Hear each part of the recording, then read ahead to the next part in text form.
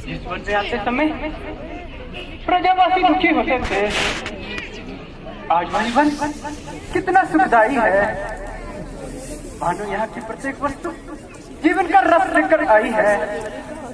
बड़े ही स्वादिष्ट मेवे है, बड़ा ही शुद्ध पानी है, मनोहर स्वर्ग से बढ़कर प्रभु यहाँ की जिंदगानी है। ठीक है प्रिय, मन की कल्पना सब कुछ करके दिखलाती है। इसमें वह शक्ति है जो सुंदर को असुंदर और असुंदर को सुंदर बनाती है। यही तो कारण है नाथ, कुछ लोग तो शहरों में भी दुखी रहते हैं और कुछ लोग टूटी फूटी झोपड़ी को ही अपना स्वर्ग समझते हैं। और इससे भी बढ़कर जब वैराग्य की भावना उत्पन्न होती है तो संसार के सभी वैभव और समस्त धन संपत्ति निर्मूल हो जाते हैं। विषयों से हटकर जब मन उदासीन हो चला, संसार का समस्त वैभव लीन हो जाता है। इन झूठे संकटों को ये मनुष्य सब झेल रहे हैं। है ये सभी कल्पना के खेल जिन्हें ये खेल रहे हैं।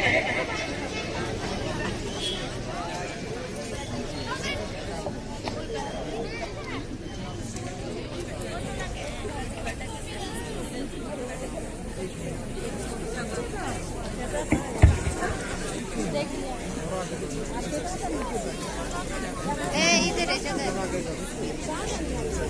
इधर इधर सीधे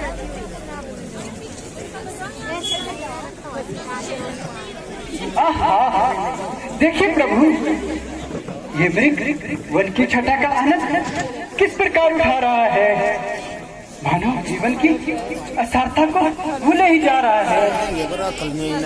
मेरी इसे पालने की भावना है। हाँ हाँ प्रिय, है तो बड़ा ही सुंदर। हो स्वामी, चले जाइए और जैसे भी हो इसे पकड़ लाइए। किंतु यदि ये हाथ ना आया स्वामी, तो फिर इसके चरण की वृक्षाला ही बना देंगे। अच्छा तो लो प्रिय, मैं अभी जाता हूँ।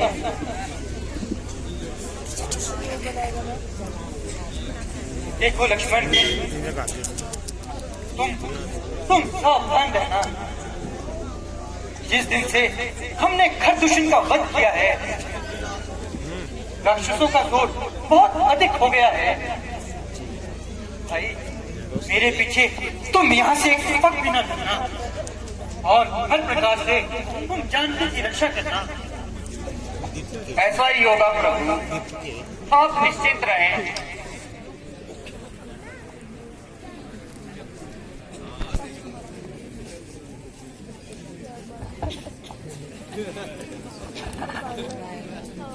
बचाओ लक्ष्मण, मेरे प्राण बचाओ। लक्ष्मण, मेरे प्राण बचाओ। लक्ष्मण, लक्ष्मण, तुमने कुछ सुना?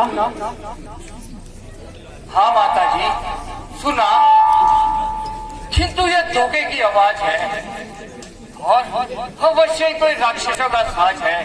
नहीं नहीं, तुम जल्दी जाओ, उन पर अवश्य ही कोई संकट आया है, इसीलिए तुम्हें बुलाया है। माता जी, ऐसे भूल न कीजिए और कुछ सोच समझ कर आज्ञा दीजिए। तो क्या तुम भाई के संकट में काम ना होगे? संकट, त्रिलोकी के नाथ पर संकट, सकल संसार के संकट जो क्षण में दूर करते हैं। पड़ेगा कष्ट क्या उन पर जो सबके कष्ट करते हैं। तो क्या तू जाना नहीं चाहता जो इस प्रकार की उल्टी सीधी बातें बनाता है? की आज्ञा से लाचार हूं। आप धीरज करें और किसी प्रकार की चिंता न करें।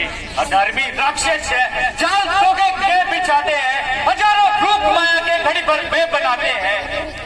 किंतु लक्ष्मण, मेरी दाहिनी आंख फड़क रही है, नेत्रों के सामने बिजली से कड़क रही है, शगुन अच्छे नहीं है। जाओ, तुम तुरंत चले जाओ। माता जी, मैं तुम्हें आज्ञा देती हूँ कि इसी समय पंचवटी को छोड़कर मेरे वाली दिशा में चले जाओ। और आपको अकेला छोड़ दूं। हाँ छोड़ दो। यदि कुछ हो गया तो लक्ष्मण, अब अभी बातें करने का समय नहीं है। वार्तालाप तो फिर भी होते रहेंगे, इस समय शीघ्र चले जाओ। क्षमा कीजिए माता जी, आज मैं आपकी आज्ञा का उल्लंघन कर रहा हूँ। इस ढीठ लक्ष्मण को क्षमा कीजिए। समझी? हाँ कपटी लक्ष्मण, मैं तेरे कहने का तात्पर्य अच्छी तरह समझी। तूने अवश्य ही पाप का संकल्प किया है और मुझे अपनी बनाने के लिए तो ऐसे से हमारे साथ आया है। किंतु याद रख लक्ष्मण, साफा को छोड़ देना कोई खेल नहीं है। सत्य के घर हर रात कोई नहीं है। कमजोर बने जो मिलकर नहीं आओगे, चेता को प्रचार को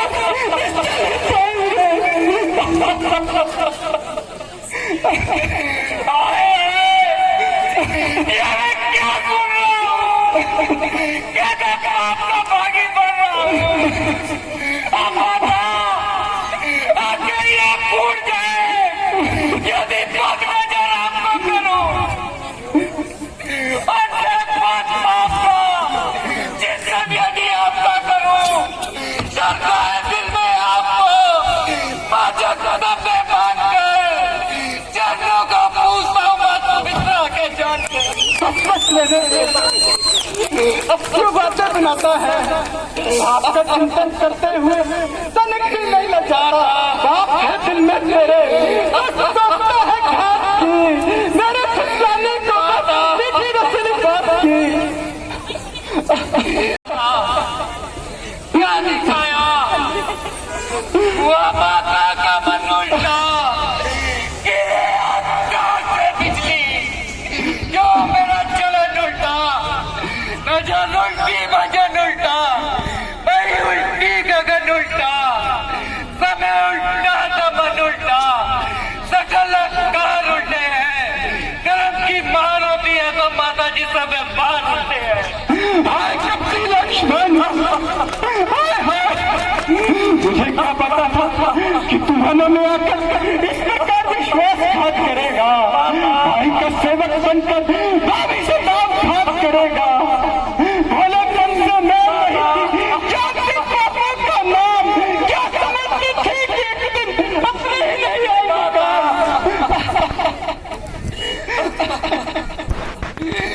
बस माता जी, अब नहीं सुना जाता। अपने मन को मैं आप ही जानता हूँ। लीजिए, भाई की आज्ञा को तोड़ता हूँ और आपकी आज्ञा को शिरोधार्य करता हूँ। परंतु माता जी, कितनी कृपा अवश्य कीजिए। किस रेखा से बाहर एक पग न दीजिए, मिटाई जा नहीं सकती शक्ति कभी ये रेखा। अरे आज तक किसने बड़ी जो भाग्य की रेखा, हे बातें खींचते लक्ष्मण यदि ये रेखा, वही चलकर खत्म होगा जो लगेगा मेरी रेखा।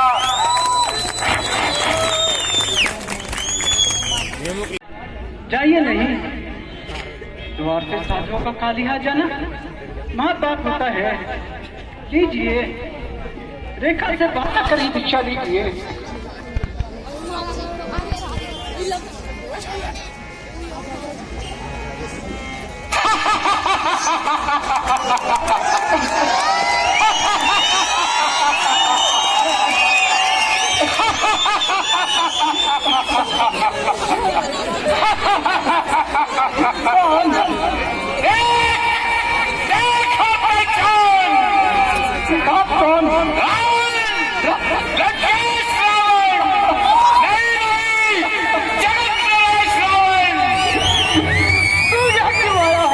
अपने बदले की अग्नि बुझ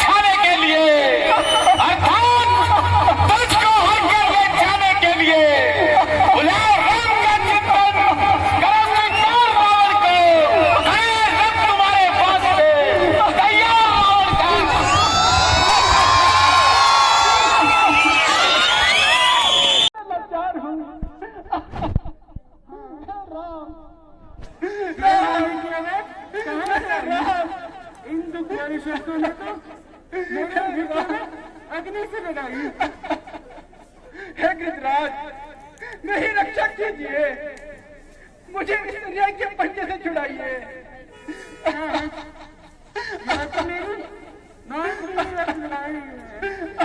प्रतीत होता है कोई स्त्री अपनी सहायता के लिए मुझे पुकार रही है।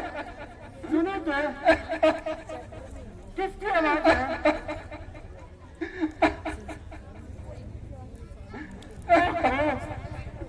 यह तो जनक सीता है, श्री राम की प्यारी सिया है।